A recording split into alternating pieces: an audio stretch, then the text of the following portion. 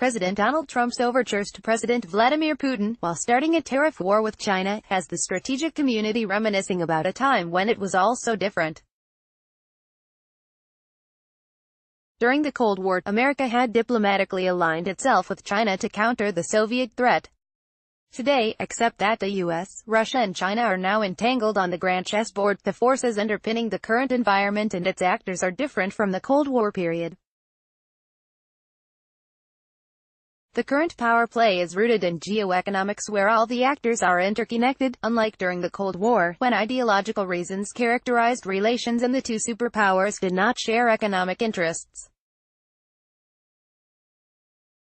During the Cold War, the Soviet Union expanded into Central Asia and was poised to reach the Indian Ocean.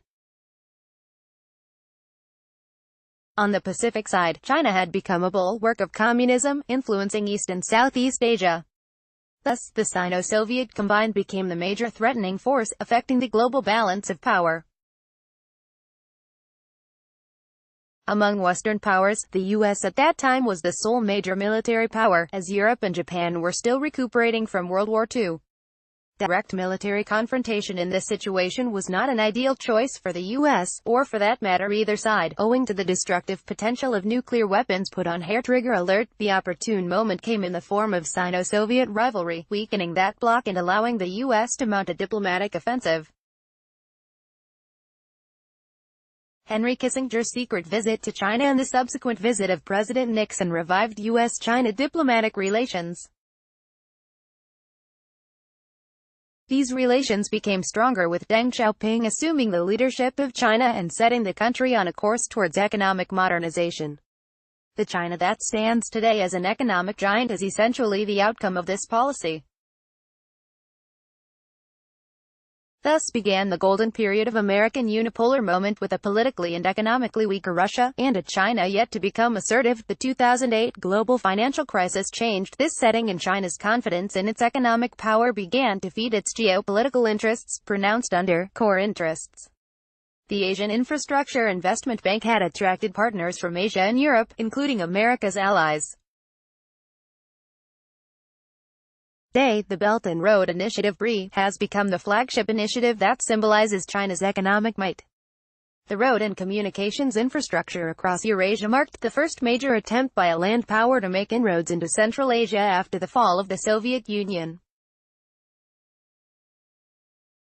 Simultaneously, China is building ports and naval bases overseas, Djibouti to start with, while deploying its warships in the Pacific and Indian Oceans. Recalling the Great Game, British strategist Halford Mackinder underscored Russia's potential to control Eurasia, from which it would reach the warm water ports of the Indian Ocean and start assembling a massive naval fleet.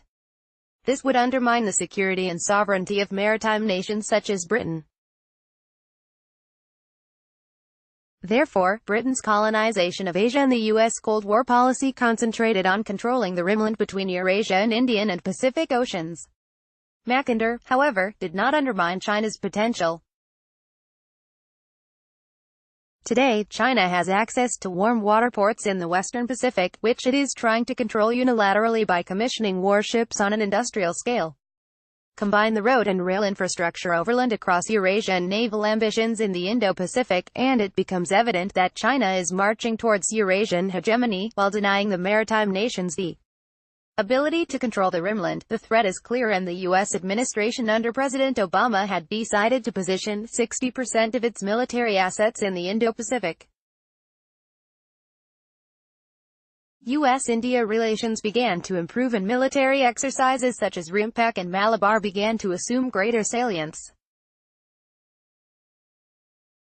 However, working with Russia for possible containment of China and simultaneously confronting it on unfair trade practices proved a greater challenge for Washington's traditional policy elite.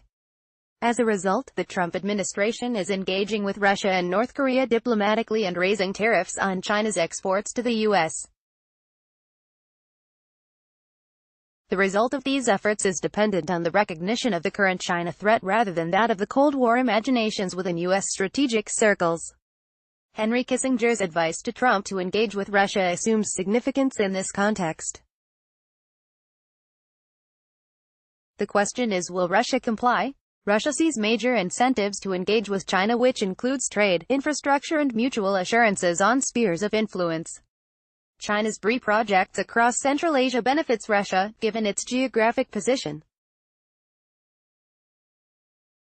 China is a major buyer of Russia's oil, gas and defense equipment, and both sides share the aversion to the Western democratic, liberal world order.